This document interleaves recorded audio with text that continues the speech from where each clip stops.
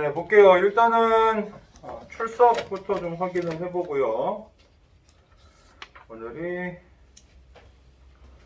3월 11일 1교시고 몇 명이나 보자. 하나, 둘, 셋, 넷, 일곱, 아홉. 아홉에다가 지금 17명. 17? 일단 우리 반에 코로나. 출석 불러볼게요. 건우. 네. 민주. 아니 코로나. 재영, 이재영. 이종영. 네. 있고 한동근. 네. 김경민. 네. 네. 김현준. 네. 송종호. 네. 네. 안태홍. 코로나요. 코. 이재성. 재성아. 이재성 씨. 재성이. 이준. 코로나요. 코. 3명 적발됐다. 이현수. 네. 전진현. 네. 네. 정현우. 조인우. 네. 강정민. 네. 김민수. 손민성. 네. 양시호. 네. 윤지석. 봅시다. 3명은 코로나. 3명의 학생이 듣겠지 수업을? 들을 거라고 봐야 될 텐데. 봅시다. 어디냐면 우리가 지난 시간에 민주주의가 뭔지 발달 과정, 근대 민주주의랑 현대 민주주의 봤는데, 민주주의가 발생하게 된, 나오게 된 어떤 사건으로 보자면은 시민혁명이었죠. 그죠? 시민혁명의 결과 사람들이 자유를 주장하게 되면서, 우리도 직접, 자유롭게 활동하면서 우리가 직접 참정권을 가지고 대표가 될 수도 있고 또는 대표를 뽑을 수도 있고 그런 권리를 주장하게 된 겁니다. 그리고 시민혁명을 일으키게 된 사상적인 배경이 뭐였냐면 사람들이 깨어난 거지. 꿈에서 깨어났습니다. 똑똑해졌다라는 거야. 어떤 사상으로? 사회계약설이라든지 또 뭐가 있었죠? 천부인권 사상. 그지?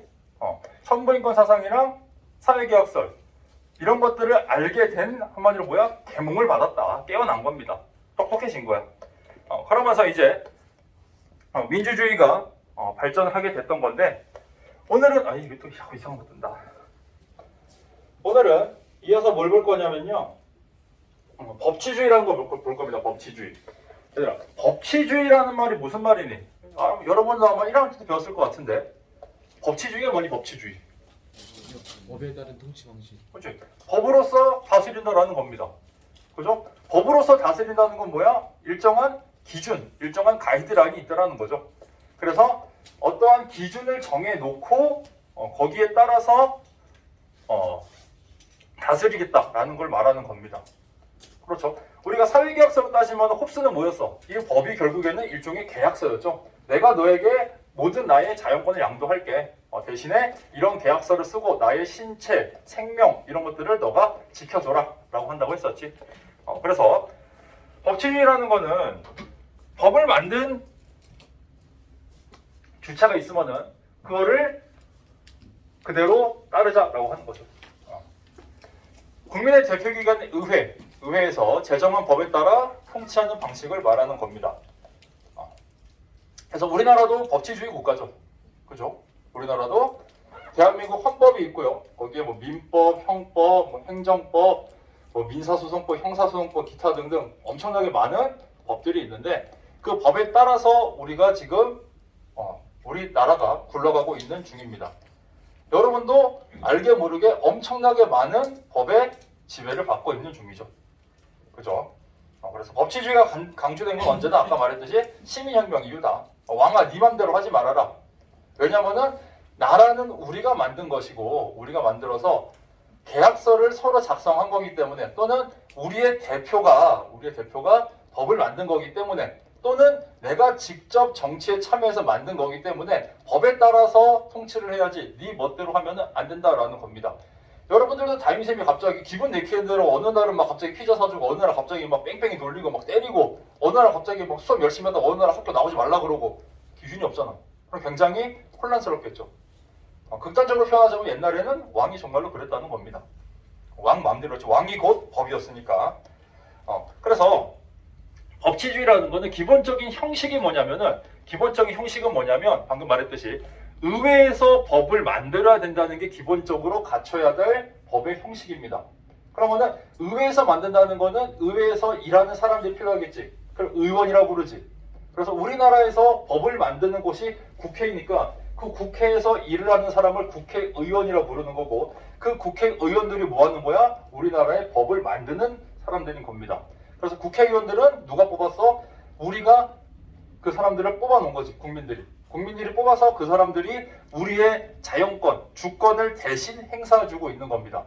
그래서 국회의원은 뭐 정치적으로 말할 때 약간 공감되는 말이면서도 약간 과격한 표현인데, 국회의원은 뭡니까? 국민의 개죠. 국민의 일꾼인 거잖아. 국민들의 뜻에 따라서 법을 만들고 그거를 반영시켜야 되는 사람들인데, 약간 이제 잘못되다 보면은 국민들 위해 군림하려고 하는 의원들의 모습이 보입니다. 그거는 약간 반대된 거죠. 그치? 국민들 위해 군림하려고 하는 모습을 보인다면 우리가 사회계약서를 따지면 누구의 입장과 비슷하니? 홉스랑 비슷하지. 그치? 국민들을 약간, 야, 내가 약간 아래 것들을 보면서 내가 너를 지켜줄게, 약간 이런 거잖아. 그치? 일단 네 걸 다 맡겨, 내가 그러면은 뭐 해줄게. 근데 우리는 민주주의가 발전할수록, 여러분이 정치에 많이 참여할수록 어느 쪽으로 간다? 루소 쪽으로 가게 될 것이다. 여러분들도 열심히 많이 정치에 참여하는 것이 우리 수업의 가장 중요한 겁니다. 정치학을 배웠으면 열심히 많이 참여하셔야 됩니다. 실제로 시험 점수 잘 받는 것도 물론 중요하지만 더 중요한 건 여러분이 정치에 관심을 갖고 정치에 많이 참여할 수 있는 학생이 되는 것이 가장 큰 우리 수업의 어떤 목적이 될 것 같습니다. 많이들 참여하시는 게 굉장히 중요합니다.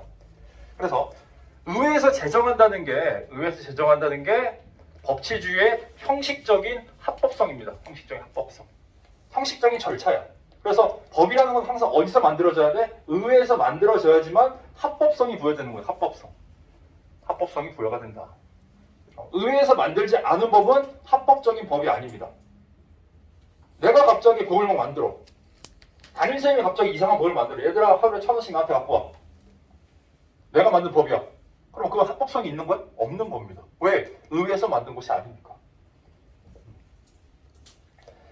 이래서 누가 만들어야 된다고? 재정 주체는 누구? 의회. 의회에 있는 의원들이. 어디서? 의회에서. 이렇게 만들어져야지만 우리가 합법적인 법이다라고 표현을 하는 겁니다.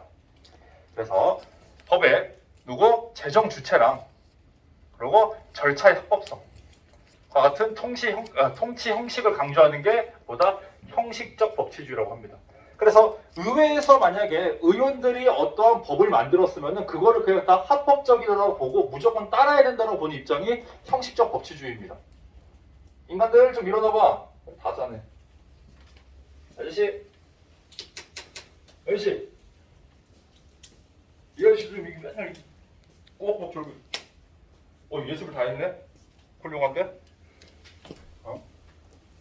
그래서 형식적 법치주의는 일단은 의회에서 만든 법을 그대로 지키는 거를 다 우리가 형식적 법치주의라고 하는데, 그러면 여기서 맨날 이제 나오는 사례가 뭐냐면은 히틀러가 나옵니다. 히틀러는 단 한 번도 불법을 저지른 적이 없습니다. 히틀러는 불법을 저지른 적이 단 한 번도 없는 사람이야. 무조건 다 법을 지킨 사람입니다. 그리고 우리나라로 보면은 히틀러랑 비슷한 동급으로 있는 헌법학적으로, 정치학적으로 비슷한 쪽에 있는 사람이 누구냐면은 그네 누나 아버지 정의용의 유신헌법, 박정희 대통령 유신헌법, 이것도 박정희 대통령이 단 한 번도 불법을 저지른 적은 없습니다. 다 합법적인 일만 했어.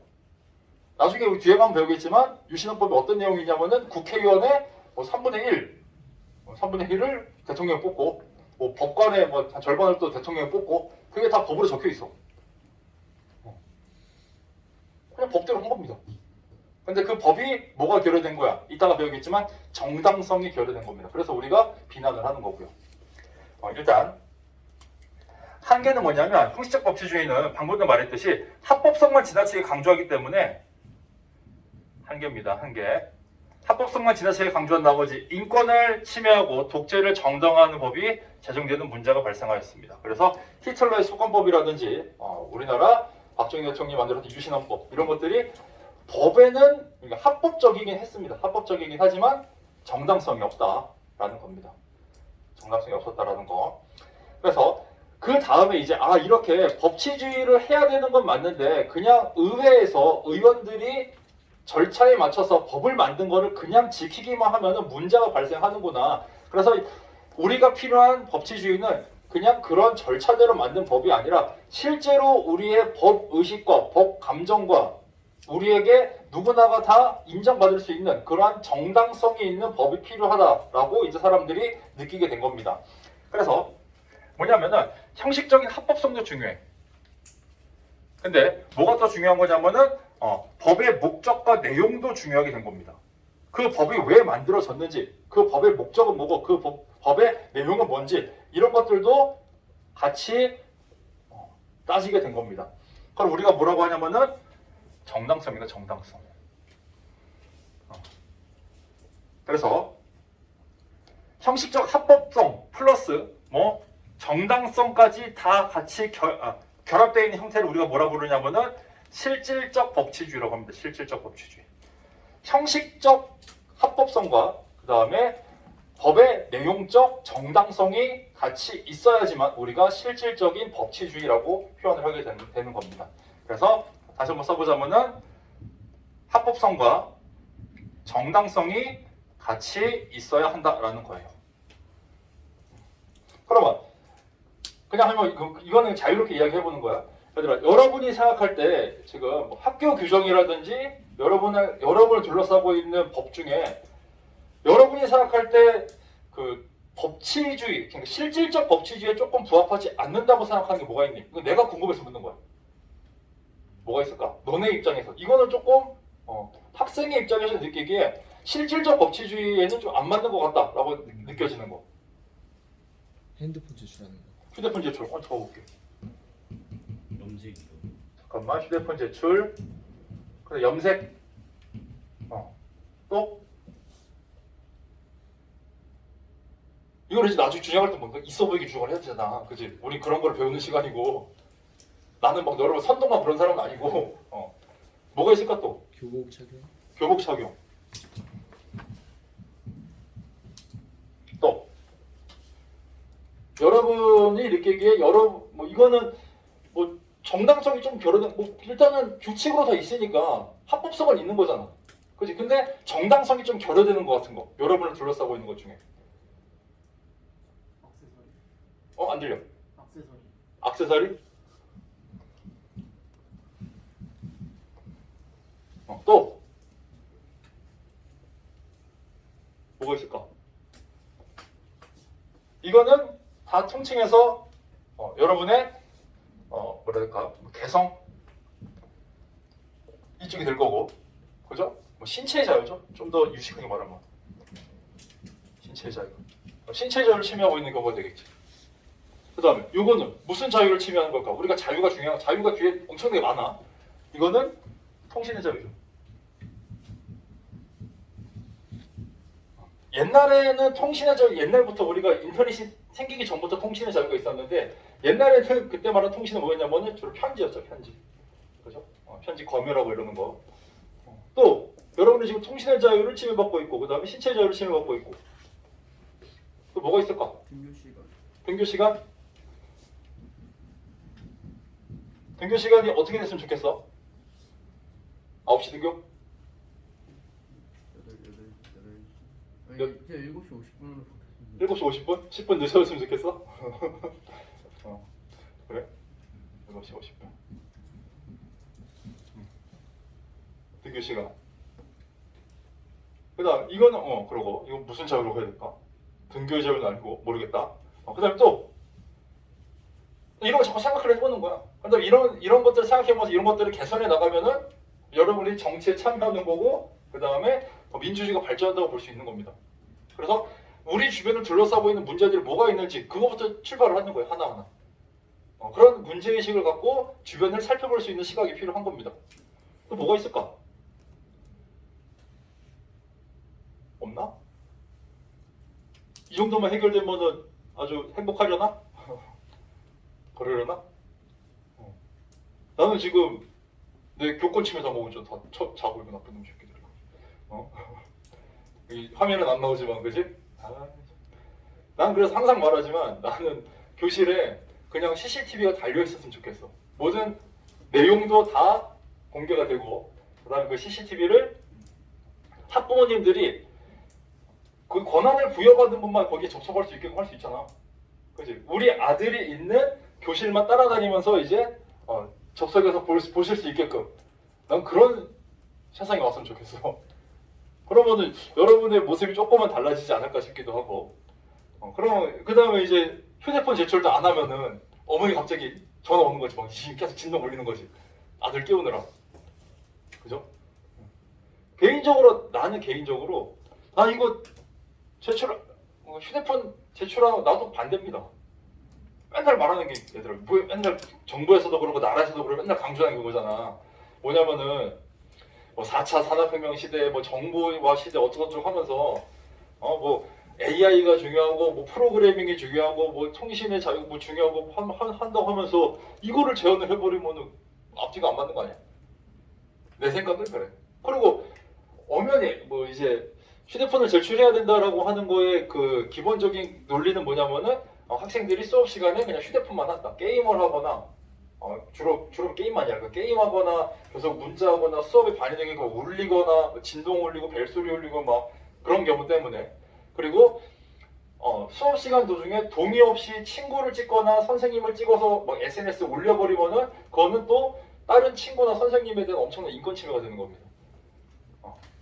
그런 것 때문에 일단은 내라라고 하는 건데 나는 제출 안 해도 된다 생각해. 나 개인적으로.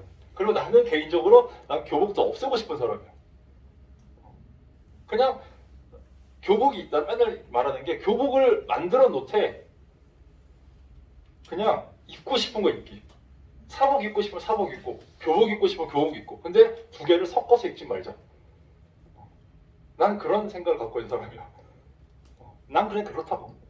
액세서리 난 뭐 염색도 괜찮고 파마도 괜찮고 나는 중고등학교 때 무조건 빡빡이었습니다. 두발 규제가 심해가지고 그냥 무조건 스포츠형 머리였었고 액세서리 할 수도 있는데 나는 근데 아직까지 약간 꼰대 됐나 봐. 남자애들이 나 귀걸이 하고 있는 모습이 너무 그렇게 뭐 너무 좀 이상해. 속된 말로 극혐이야. 좀 그래. 등교 시간은 뭐 이거는 뭐 유동성 있게 바뀔 수도 있긴 하겠지만 근데 7시 40분으로 하는 이유가 뭐냐면은 가장 기본적으로 담임선생님이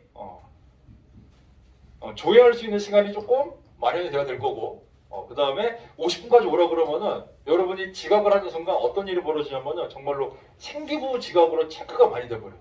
그걸 막고자 좀 더 일찍 오라고 하는 겁니다. 생기부 지각 막으려고.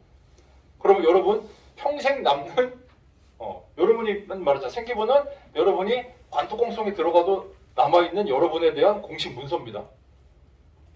근데 거기에 막 지각이 엄청 많다 생각해봐. 그래서 그거를 조금 막고자 하는 것도 있습니다. 막 시간 잘 지켜서 오는 친구들도 있지만 안 그런 학생은 매일같이 그냥 8시 넘어서 옵니다. 그럼 다 체크 당합니다. 체크를 봐줄 수가 없는 부분이니까 이런 것도 있고 그래서 항상 종종 이렇게 물을 거면 어떤 그 주제가 나오면은 여러분이 생각할 때 어떻게 느끼냐 이런 것들을 계속해서 여러분들도 자신만의 생각과 주관을 조금씩 가져갔으면 좋겠어요. 그리고 여러분의 그 통신의 자유를 그 엄청나게 침해했던 게 뭐였냐면은 셧다운제였죠. 셧다운제 여러분이 겪었을 거 아니야. 10시만 되면 갑자기 게임도 못하고 그런 게 어디서 알아서 하면 되지 그냥. 아닌가? 그런 거는 약간 그 국가가 나서서 게임 하지 마. 일정 연령부터 넌 게임 할 수 있어. 막 이런 것도 좀 이상하고. 간혹 가다가 이제 그런 얘기 하는 이런 거 물어보면 어떤 애들이 그래. 술 담배 용을. 근데 술 담배는 얘들아 술 담배를 했다 그래서 교도소 간 학생 봤어? 벌금 낸 학생 봤어? 없어. 청소년이 술 담배를 하는 거를 술 담배를 하는 것 자체는 처벌하지 않습니다. 그치? 청소년이 술 담배를 판 사람이 잘못된 거지. 청소년이 술 담배를 하는 거는 우리 법상으로는 아무런 문제가 없습니다. 학교 규칙상은 문제가 생기지, 그렇지? 그거는 이제 하위법으로 막 해가지고 생기긴 하지만 뭐 징역을 살거나 벌금을 내거나 하진 않습니다. 그죠? 단지 판매를 제한하는 거는 뭐냐면 어른으로서 아직 성장기에 있는 학생들이 두뇌 발달이라든지 신체 발달에 큰 영향을 미치기 때문에 하지 말라라고 하는 겁니다. 근데 우리가 만 19세가 되는 해의 1월 1일이 되면 이걸 이제 풀어주거든. 그래서 이제 고3들이 수능 보고 이제 그 1월 1일 되면 이제 수능배가 합법적으로 가능한 거야. 합법적이란 말 좀 이상하지. 그냥 공식적으로 가능한 거야. 구매가 가능한 거지. 공식적으로 구매가 가능한 건데 이때쯤 되면은 이 정도 컸으면은 두뇌랑 신체가 어느 정도 다 성장을 했다라고 판단을 해서 생물학적으로 판단을 해서 이제 그냥 판매를 하겠다라는 겁니다. 나라마다 다릅니다. 미국은 술 할 수 있는 연령이 우리나라보다 훨씬 낮아요. 그러니까 우리나라는 16세 정도 될 거야. 독일도 맥주를 마실 수 있는 나이가 15세인가 16세야. 근데 우리나라는 조금 더 높습니다. 그리고 미국은 또 다른 얘기인데 우리나라는 그 운전면허를 딸 수 있는 게 만 18세부터 딸 수 있거든요. 근데 미국은 만 21세인가부터 딸 수 있어. 아니, 바뀌었나? 잠깐만, 헷갈린다. 술이 높고 운전이 낮았나? 그런 것 같다. 미국은 술은 한 만 21세인가부터 될 거고 면허증은 한 만 16세인가 17세부터 딸 수 있을 거야. 정확하게 모르겠어요, 이거는. 근데 아무튼 우리나라는 이게 기준이 다르다. 각 나라별로 뭐야? 의회에서 제정하기 나름이라는 겁니다, 이런 것들. 그래서 여러분들도 계속해서 이런 기준점이 되는 것들도 이제 시대랑 상황이 바뀌면서 많이 변하고 있죠. 그래서 투표 연령도 점점 내려가고 있습니다. 지금 만 18세까지 내려갔죠. 그래서 우리 고3 애들도 물어보니까 이번에 투표한 학생들이 생각보다 많더라고. 한 반에 한 5-6명 정도는 투표한 학생들이 있더라고. 그래서 한번 생각을 해봤습니다. 정당성이 있나 없나. 그래서 여러분들도 여러분이 나중에 어른이 됐을 때, 여러분이 자식을 낳았을 때 학교에 이런 부분을 건의할 수 있는 거죠. 난 우리 자식 그냥 염색하고 액세서리하고 난 좋다. 이런 거 그냥 놔주세요 라고 하는 거. 내가 학교 갈 때만 하더라도 이런 머리라든지 정영이 정도 되는 머리도 거의 인정이 안 됐어. 무조건 머리가 왜 이렇게 길어? 스포츠야 그러고 막. 그리고 두발 검사를 한 달에 한 번씩 했습니다. 그리고 바리깡 들고 와서 그냥 옆에 밀고 나가요. 뭐가 길잖아 이러면서 쓱쓱 밀고 나가. 그런 시대에 살았어. 근데 그게 90년대도 아니고 2000년대였다. 근데 2000년대로 하면은 벌써 20년 전이죠. 오케이, 아무튼. 그래서 여기서 말하는 법의 목적과 내용이 뭐냐면은 인간의 존엄성과 자유 그리고 평등 보장, 정의 실현 이러한 헌법 이념에 부합해야 한다는 겁니다. 인권 침해하면 안 된다는 거죠. 이런 것도 우리가 인권을 더 넓게 확대해 본다면은 인권 침해 요소가 분명히 존재하는 거죠. 그죠? 이렇게 된다라는 거 알고 있으면 될 것 같고 옆에 보면은 쿡 아저씨가 뭐라고 하는지 볼게요. 중세 영국의 쿡경은 왕은 어느 누구보다 위에 있는 사람이지만 신과 법 아래에 있다라는 말을 하여 법치주의의 발달에 영향을 미쳤다. 왕이 짱이긴 하지만 왕 위에 뭐가 있다? 신도 있고요. 법도 있다. 근데 그 법은 누가 만든다? 국민들이 선출한 의원들이 의회에서 만든다. 그러니까 결국에는 국민들이 어떠한 기준점으로서 왕을 통제할 수 있는 그런 권한을 주장한 사람이 되는 거겠죠. 밑에 볼게요. 탐구활동. 히틀러 아저씨 나옵니다. 엄청나게 합법적인 분.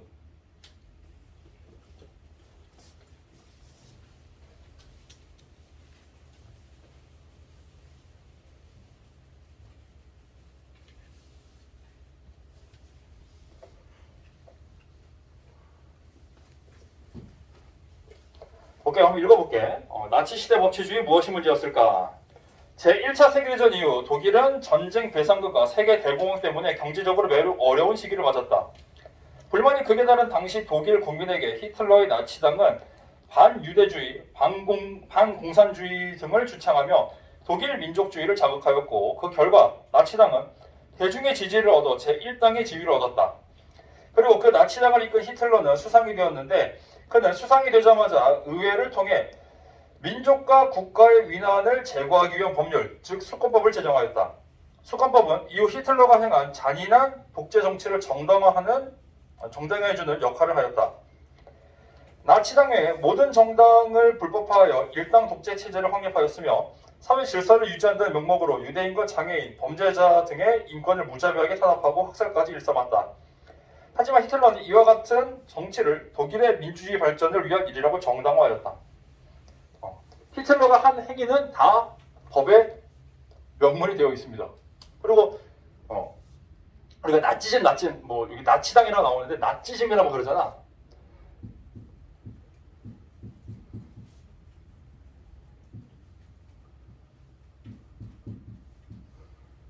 이거는 뭐 내셔널리즘이지, 국가주의. 근데 이거를 독일어로 발음하면은 독일어는 그냥 쉽게 말하면은 그냥 그 영어 알파벳 적혀 있는 대로 읽으면 됩니다. 그래서 이게 뭐야? 아, 우, 디 이렇게 되는 것이.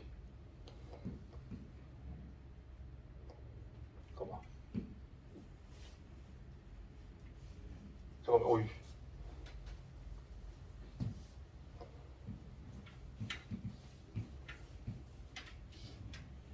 이거였나? 이건 오토지, 오토. 근데 아, 우, 토. H가 먼저였나? 갑자기 헷갈린다. 그 다음에 이게 H 모음이고 아우토 반, 이게 반이 길이란 소리거든. 자동길, 고속도로. 그 다음에 아우디. 그 다음에 벤쯔, 쯔 발음이라서. 그래서 내셔널리즘도 독일어 발음이 읽으면은 나, 치, 오, 날, 리, 즘, 나치즘. 그냥 국가주의. 그냥 그렇게 독일어 발음으로 읽은 겁니다. 그래서 나치라는 말 나와서 그냥 한번 이야기를 해봤어요. 볼게요. 밑에 나치 시대의 수권법에 따른 통치의 문제점을 법치주의와 관련해서 써보자라고 되어 있는데, 적어보자면은 얘는 법이 아까도 말했듯이 국민의 기본권을 침해했죠. 그죠? 그래서 이거는 법 제정에 형식만을 따른 겁니다.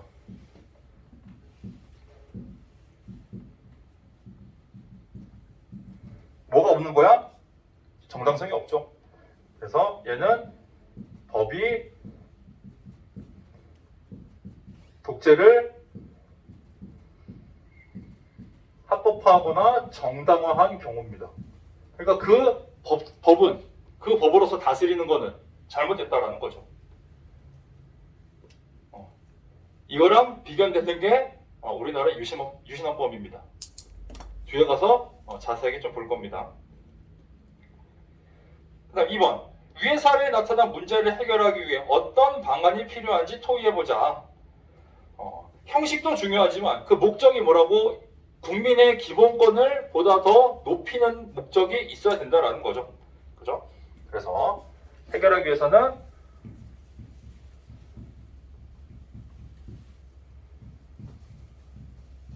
법 제정의 형식과 법의 목적이 국민의 권리 신장에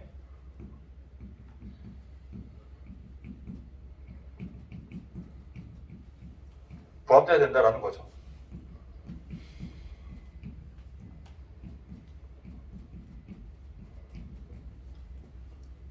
이거를 말을 바꾸면은 학교 규칙의 제정의 형식과 학교 규칙의 목적은 학생의 권리 신장에 부합되어야 되는지 봐야 되는 거지.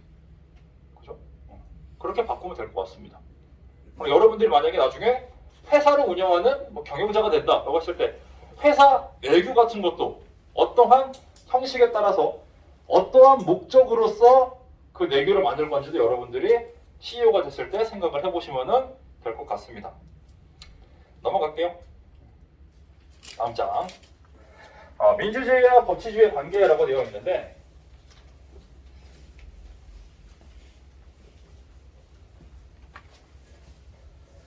민주주의는 사람들이 열심히 다 참여하기 때문에 사람들의 생각을 다 받아주는 거를 기본 전제로 할 거 아니야. 그치? 그러면은 다수의 의사가 어떠한 여론이 될 거고 다수에 따라서 어떠한 사회 현상 같은 것들을 많이 발생할 수가 있겠네. 근데 민주주의는 굉장히 역동성이 강한 친구고요. 법치주의는 안정성이 강한 애입니다. 민주주의는 사람들의 요구라든지 시대 상황을 바로바로 반영할 수 있다는 장점이 있는데 법치주의는 거기에 비해서 늦게 따라가겠지. 법으로 만들어야 되는 거니까. 근데 늦게 따라간다는 건 뭐야? 법으로서 딱 정해진 거기 때문에 일정한 기준점이 된다는 거고 하나의 어떠한 안정적인 기준, 안정적인 어떠한 법적 안정성 이런 것들을 추구할 수가 있겠네. 그래서 얘는 역동적이고 얘는 안정적입니다. 그래서 이 둘은 상호 부환적인 관계라는 게 결론입니다. 그래서 이걸 하면서 시민의 자유와 권리를 지키는 역할을 하고 있다. 민주주의만 먼저 강조하게 된다면 어떻게 되냐면 다수의 횡포가 있을 수가 있습니다. 다수의 이름으로 소수를 무시하거나 이상한 일을 할 수도 있다는 거지. 자칫 다수의 횡포를 가져올 수가 있다. 민주주의가. 그래서 다수의 이름으로 인권을 침해하거나 정의를 훼손할 수도 있습니다.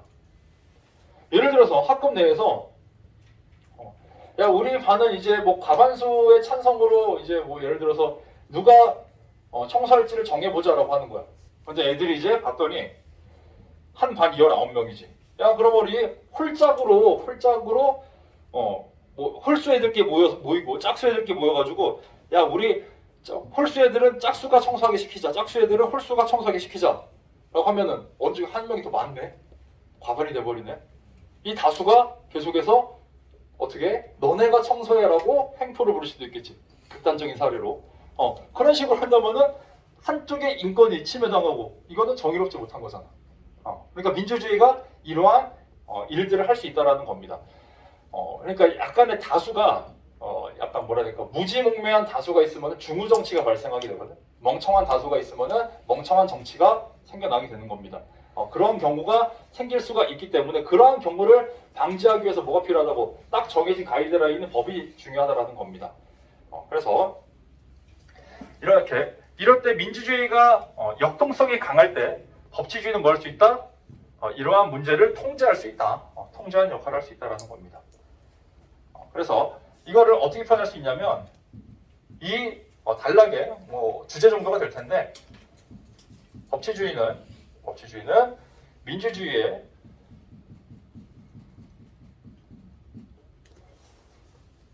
역동성을 보완하는 역할을 합니다. 역동성 보완. 민주주의는 살아 움직이고 뭐 꿈틀꿈틀하는 애인데 그거를 조금 억누르고 떨어져 있는 거 좀 올려주고 이런 역할을 하게 된다는 거예요. 그 다음에 법치주의는 계속해서 그냥 가만히 있는 애처럼 보일 수도 있습니다. 누구에 비해서? 민주주의라는 제도에 비해서는. 근데 아까도 말했듯이 법치주의가 절차적인, 형식적인 합법성만 중시할 경우 이것도 인권 침해할 수가 있겠죠. 독재라든지 이런 걸 통해서. 그리고 정의를 훼손할 수도 있을 겁니다. 이럴 때 이제 뭐 해야 돼? 국민들의 뜻으로서 그거는 정당성이 없다라고 사람들이 이야기를 해주면 되겠지. 우리나라 뭐 4.19 혁명이라든지 뭐 광주 민주화운동이라든지 6월 민주항쟁 그 다음에 뭐 촛불혁명이라든지 이런 것들 보면은 법은 다 지키고 있지만 우리가 그때 법은 다 지키고 있지만 국민들의 입장에 봤을 때 그거는 합법적이지 않다, 정당하지 않다, 정당성이 없다라고 봤기 때문에 사람들이 다 들고 일어났던 거죠. 그죠? 그래서 역사적으로 봤을 때 권위적인 정부가 법치주의를 내세워 인권을 침해하고 정의를 훼손했을 때 뭐했다? 민주주의에 기초한 정치 참여 이런 것들은 잘못된 것을 바꿔서 실질적 법치주의를 확립하게 됐다라는 거죠. 그래서 이 단락의 주제를 한번 정리를 해보자면은 민주주의는 사람들이 참여하는 것, 다수가 참여하는 거는 민주주의는 법치주의에 보이려나? 아래다 쓸게요. 경직성을 보완합니다. 경직성. 딱딱하게 굳어있는 거를 보완해주는 역할을 한다라는 게 하나의 결론이 되겠죠. 그래서 법치주의는 민주주의의 역동성을 보완하는 역할을 하고 민주주의는 법치주의의 경직성을 보완하는 역할, 이렇게 상호 보완적인 역할을 하는 것이 민주주의와 법치주의의 관계다 라고 생각하시면 될 것 같습니다. 그래서 왼쪽에 6월 민주항쟁 나와 있는데 권위주의적인 정부의 독재에 맞서서 사람들이 이제 직선제 하자라는 거였습니다. 그래서 6.29 선언을 통해서 우리나라도 이제 직선제 하겠습니다라고 말을 했고요. 그래서 이제 87년 12월에 대통령 선거가 있었는데 그때 당선된 사람이 직선제로서 그전에는 그 두한영이었다가 두한영 친구인 노태우를 뽑았습니다. 사람들이. 그래서 사람들이 당연히 뭐 김영삼이나 김대중이 될 줄 알았는데 그 둘 역사적으로 봤을 때 그 둘이 단일화를 했다라면은 둘 중에 하나가 먼저 됐을 거라고 생각하고 우리나라의 어떤 군사 정권이 더 이상 이어지지 않을 거라고 판단하는 그 사람들도 있습니다. 근데 역사라는 거에는 가정이라는 게 없죠. 그랬다면이라는 게 없지 역사에는. 그래서 그 전두환 시절 8년 정도의 군사 정부 이후에 노태우 5년 이렇게 또 군사 정권이 들어왔습니다. 군부 독재죠. 볼게요. 이제 이거 읽어볼게. 상호 보완 관계. 미국에서는 노예 제도가 폐지된 후에도 흑인에 대한 차별을 지속하였다. 특히 남부 지역에서 인종차별 문제가 심각했는데 이러한 차별은 1870년대부터 1960년대 초까지 시행된 소위 짐 크로법이라고 불리는 법들에 의해 정당화되었다. 짐 크로법은 공공기관 등에서 인종을 분리하여 흑인을 합법적으로 차별할 수 있게 한 여러 가지 법들을 가리킨다. 짐 크로는 어리숙한 흑인을 희화한 쇼에 등장하는 인물의 이름으로부터 유래했다. 인종 분리와 차별을 제도한 법들로 인해 흑인은 백인과 동등한 교육을 받을 수도 없었고 선거에 참여하지 못하였을 뿐만 아니라 버스나 화장실 등 일상생활 공간에서조차 차별을 받았다. 그래서 보면 식당도 뭐 흑인 못 들어오거나 들어오더라도 분리하고 이랬습니다. 옛날에. 흑인들은 짐 크로법에 따른 통치에 저항하였다. 1896년 호머 플래시는 열차에 백인 차량에 탑승하여 흑인 차량으로 이동하는 명령을 거부하였다. 이 사건이 계기가 되어 인종을 분리하고 차별하는 법이 연방 대법원의 심사를 받게 되었지만 연방 대법원은 분리하되 평등하면 합헌이라는 판결을 내림으로써 차별을 정당화하였다. 하지만 흑인들뿐만 아니라 다수의 백인들도 미국의 관할권에 속한 모든 사람은 미국의 시민이며 피부색에 의해 투표권이 제한되어서는 안 된다고 규정한 헌법의 정신이 구현되기를 바라며 지속해서 인종차별 반대 운동을 벌였다. 이러한 노력을 바탕으로 미국에서는 1964년 시민권법, 1965년 투표권법이 제정되었고 짐 크로법은 역사 속으로 사라졌다. 그리고 인종차별을 금지하는 법은 흑인의 정치 참여를 활성화함으로써 미국의 민주주의가 한층 발달하는데 이바지하였다. 그렇게 되어 있고요. 밑에 보면은 민주주의 이념에 따라 시민 정치 참여를 통해 잘못된 법치주의를 개선했던 우리나라 사례에는 뭐가 있는지 적어보자라고 되어 있는데 아까도 말했듯이 한 두 가지 정도 적어보면 1960년 3.15 부정선거, 이승만이 저질렀던 3.15 부정선거에 따라서 4.19 혁명이 일어났죠. 그리고 위에 나와 있는 거 1987년 6월 민주항쟁 이 정도만 적어봅시다.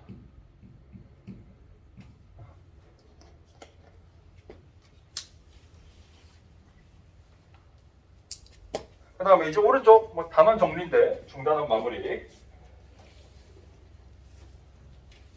위에 있는 토론해보자 이런 것들 여러분이 한번 해보시면 될 것 같고 스스로 정도만 여기 빈칸 정도만 같이 보도록 하겠습니다. 정치는 다양한 개인과 집단 간에 뭐를 조용하는 거예요? 이해관계. 법의 이념에는 한목적성, 법적 안전성, 그다음 가장 중요한 뭐라 그랬어? 정의죠, 정의. 그죠? 정의. 그 다음에 근대 민주주의는 자유와 권리 보장을 위해 자연 상태의 인간들이 합의하여 국가를 만들었다는 뭡니까? 사회계약설이죠.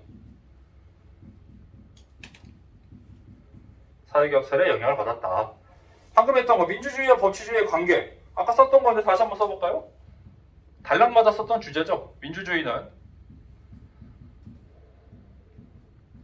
법치주의의 경직성을 보완하고요. 그리고 법치주의는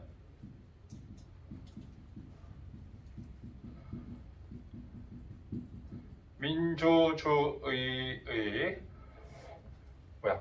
역동성을 보완한다. 이렇게 해서 상호 보완적인 관계다라는 거죠. 상호 보완적 관계. 이런 식으로 정리를 해보시면 될 것 같습니다. 이렇게 해서 우리가 중단은 하나 마무리를 했고요. 다음 시간에 이제 헌법에 대해서 배우는데 여기를 나가면 이제 여러분들이 수많은 인권이라든지 수많은 권리들을 하나하나 배우게 될 겁니다. 지금은 약간 개괄적인 내용을 좀 했었는데 다음 시간부터는 조금 더 구체적인 내용들이 나올 거고 뒤로 가면 갈수록 더욱더 구체적인 내용들이 많이 나올 겁니다. 조금 더 재밌어질 거예요. 일단 오늘 여기까지 나가면 될 것 같고요. 일단은 다음 시간에 다음 주에 만나도록 할게요.